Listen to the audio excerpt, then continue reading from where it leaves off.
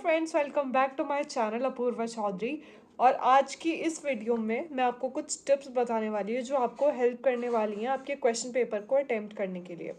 Right. क्योंकि बहुत बार ऐसा होता है कि हम लोग अच्छे से पढ़ के जाते हैं बट वहाँ पे लिख नहीं पाते, बट जो हमारा आउटपुट है, रिजल्ट है, वो टोटली किस पे डिपेंड करेगा, जो हमने 3 आवर्स की ड्यूरेशन में क्वेश्चन पेपर को किस तरीके से अटेम्प्ट किया होगा। सो इस वीडियो में हम उन्हीं कुछ चीज़ों के बारे में बात करने जा रहे हैं जो आपको हेल्प करेंगे एग्जाम में अच्छे मार्क्स लाने में। Okay, so let's start the video without any delay. First tip है, read question paper for 5 minutes properly. जब हमें क्वेश्चन पेपर दिया जाता है वो हमें एग्जैक्टली सपोज 2 to 5 टाइमिंग है, तो हमें एग्जैक्टली 2 बजे क्वेश्चन पेपर दे दिया जाता है। जो हमारी आंसर शीट है वो सिर्फ 15 to 20 मिनट्स पहले दे दी जाती है, पर जो क्वेश्चन पेपर है वो एग्जैक्ट टाइम पे दिया जाता है। ठीक है, लाइक 2 o'clock। तो सबसे पहले जब आपके पास क्वेश्चन पेपर आए, आपका फर्स्ट टास्क है कि उसको पहले प्रॉपरली रीड करिए। क्योंकि क्या होता है कि हम क्वेश्चन पेपर को प्रॉपरली रीड नहीं कर पाते, इसलिए हम क्वेश्चन में मिस्टेक कर देते हैं उन्हें अटेम्प्ट करने में। ठीक है, तो सबसे पहले है हमें अपने टाइम के 5 मिनट निकाल के पहले क्वेश्चन पेपर ही रीड करना है। ठीक है, अगर आपकी यूनिवर्सिटी आपको चॉइस देती है तो हमें डिसाइड करना उन 5 मिनट में कि कौन कौन से क्वेश्चन हम अटेम्प्ट करने वाले हैं। और अगर चॉइस नहीं है तो आप डिसाइड कर सकते हैं कि आप पर क्वेश्चन को कितने पेजेस लिखने वाले हैं। ठीक है, क्योंकि यूनिवर्सिटी की जो कॉपी होती है जैसे CCS, वो 28 पेजेस ही देती है।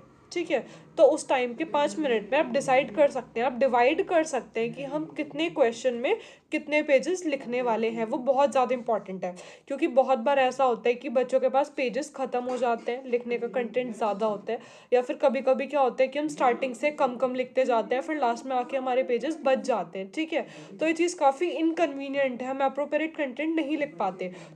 तो स्टार्टिंग से अगर आप ये चीज़ डिसाइड करके रखोगे कि आपको हर क्वेश्चन में कितना कंटेंट और कितने पेज लिखने हैं उन 5 मिनट में, तो वो आपको इजी पड़ेगा। ठीक है, ना ही आपके पेज ज़्यादा बचेंगे ना ही आपको पेज कम पड़ेंगे। Now next step is use different writing instruments. अगर आप पूरा ही पेपर अपना ब्लू ब्लू ब्लू से लिख दोगे या फिर ब्लू ब्लैक कर दोगे ना, तो it will not that much attractive to the examiner. तो आपको क्या करना है, जैसे मैं अपना पर्सनल एक्सपीरियंस बताऊं तो मैं हमेशा अपने साथ एक ब्राउन कलर का मार्कर कैरी करती थी। ठीक है, जैसे क्वेश्चन आया प्लेसेंटा प्रीविया 5 मार्क्स में, तो जो मेन हेडिंग होती थी लाइक प्लेसेंटा प्रीविया, वो मैं एक ब्राउन स्केच से डाल देती थी बड़ी बड़ी पहले। ठीक है, 1-2 लाइन में आराम से। उसके बाद वो मेन हेडिंग लिख दी, उसके बाद जितनी भी सब हेडिंग है वो ब्लैक स्केच से डाली और उसका अंदर का कंटेंट ब्लू से लिखा।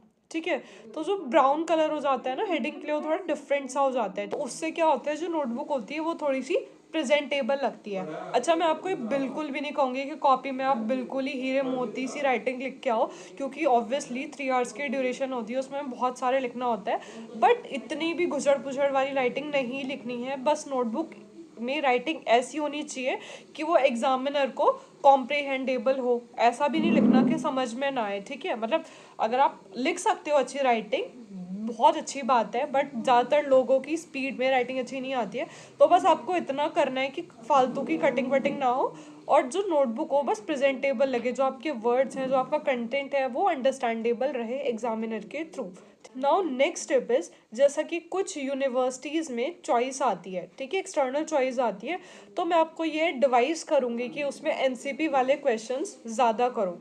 ठीक है, क्योंकि NCP वाले क्वेश्चन में क्या होता है, सपोज 7 मार्क्स में NCP पूछ ली। ठीक है, तो अगर आप 3 पेज पे अपनी 3 NCP बनाओगे, सबसे पहली चीज़ तो आपके पेज जल्दी भरेंगे, आपको कम कंटेंट लिखना पड़ेगा, टाइम आपका मैनेज होगा, और जो NCP वाले क्वेश्चंस होते हैं, फिर टेबुलेशन वाले या फिर टेबल वाले या फिर ग्राफ वाले, जितने भी क्वेश्चंस होते हैं बहुत मार्क्स गेनिंग होते हैं। ठीक है, अगर आप 3 पेज पे NCP बना दोगे और 3 पेज पे आप कंटेंट लिखोगे, तो उनमें से जो NCP वाले क्वेश्चंस होंगे उनमें आप ज़्यादा स्कोर करने के चांसेस ज़्यादा रहते हैं। ठीक है, तो मैं आपको यही प्रेफर करूँगी कि NCP या फिर लेसन प्लान वाले क्वेश्चंस या फिर कोई टैबुलेशन वाले क्वेश्चंस आप ज़्यादा प्रेफर करो। So my next suggestion is, don't forget to carry your own wrist watch to the examination hall.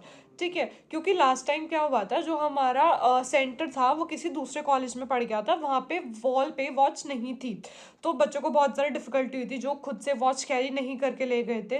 तो आपको मैं सजेस्ट करूँगी कि must carry your watch, whether it is a internal examination और it will be a external examination. Okay, इससे क्या होगा, जैसे कि अगर वॉल पे वॉच है भी अगर किसी एग्जामिनेशन हॉल में, तो आपको बार बार ऊपर देखने में आपको बहुत इनकन्वीनियंट रहेगा। वहीं पे अगर आप अपनी वॉच लेके जाते हो, जस्ट आप अपनी शीट के साइड में वॉच को रख सकते हो और वहाँ से आप अपना देख देख के एकदम टाइम मैनेज कर सकते हो, क्योंकि ऑब्वियसली 3 घंटे में क्वेश्चन पेपर कंप्लीट करना बहुत ज़्यादा एक चैलेंजिंग टास्क होता है।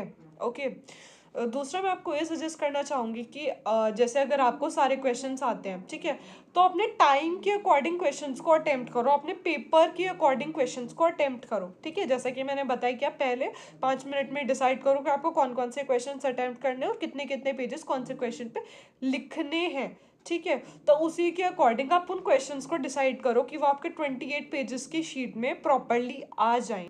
और मैं आपको ये कहना चाहूँगी कि क्वेश्चन पेपर में जितने भी क्वेश्चंस हैं जो आपको बोले गए करने को, उन्हें आप सारे अटेम्प्ट करो। ठीक है, टाइम की बाउंडेशंस की वजह से या फिर आपको ना आने की वजह से आपको कोई भी क्वेश्चन नहीं छोड़ना है।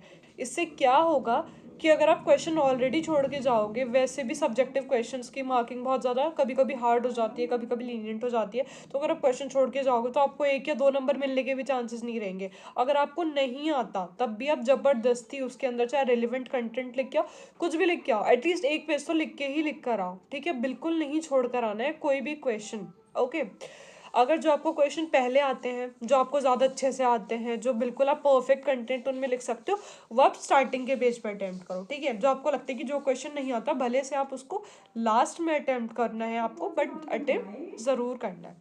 नाउ नेक्स्ट स्टेप इज, जब भी आपका क्वेश्चन पेपर पूरा कंप्लीट हो जाए, ठीक है, जैसे 3 घंटे कंप्लीट होने के बाद लास्ट के 1-2 मिनट अगर आप निकाल पाओ, तो उसमें आप ये चेक करो कि आपने जो क्वेश्चन नंबर है वो अप्रोप्रिएट डाला है नहीं। क्योंकि हम कभी कभी जिस सीक्वेंस में हम अटेम्प्ट करते हैं उस सीक्वेंस में लिख देते हैं, बट हमें क्वेश्चन पेपर की सीक्वेंस के अकॉर्डिंग ही मार्किंग करनी है, नंबरिंग करनी है। अगर हम ऐसे नहीं करते, फॉर एन एग्जाम्पल मैंने सेकंड अपनी कॉपी में मैंने सेकंड क्वेश्चन अटेम्प्ट किया, बट क्वेश्चन पेपर में उसका नंबर 3 है, ठीक है, बट मैंने यहाँ पे 2 डाल दिया, ठीक है, तो वो तो पूरा क्वेश्चन कोई कोई एग्जामिनर पूरा काट देता है, तो आपको आते हुए भी आपको वहाँ पे कोई भी मार्क्स नहीं मिलेंगे। तो ये सबसे इंपॉर्टेंट चीज़ है, क्वेश्चन पेपर में जो क्वेश्चन नंबर है, आंसर नंबर है, उसे आप बिल्कुल करेक्ट डालो।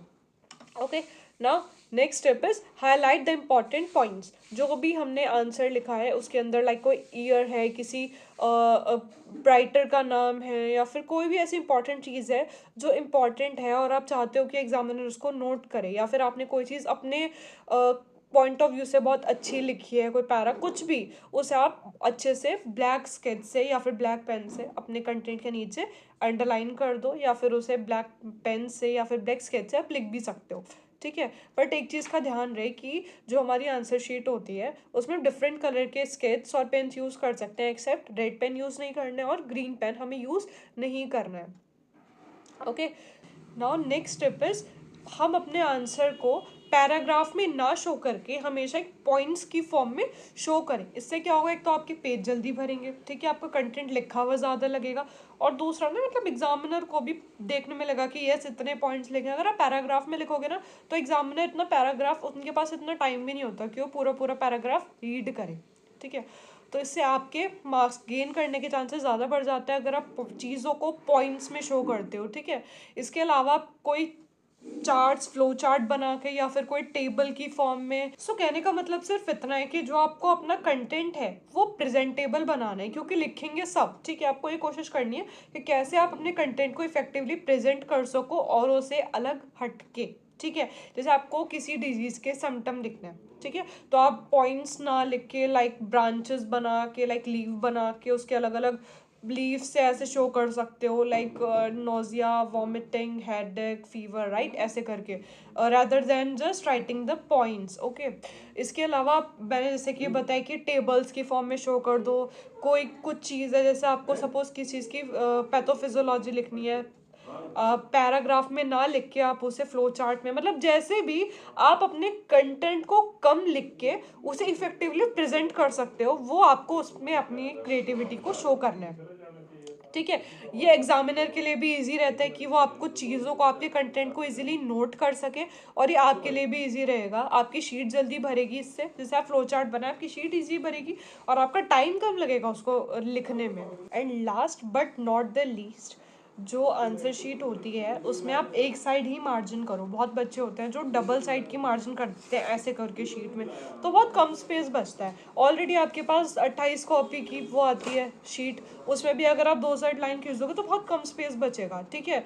इससे बेटर है कि ऑलरेडी एक मार्जिन होती है उसी को आप मार्जिन बना के वहीं पे लिख लो, और टाइम भी वेस्ट मत करो। अगर आपके पास इतना टाइम नहीं है मार्जिन बनाने के लिए, अगर है तो वेल एंड गुड है, अगर नहीं है तो ऑलरेडी शीट में ऐसे मार्जिन आती है, ठीक है। उसे कंसिडर करके आप अपना कंटेंट प्रेजेंट कर सकते हो। Okay, so this is all about few tips which will help you to make your notebook presentable. Thank you so much. If you like my content, you can subscribe my channel.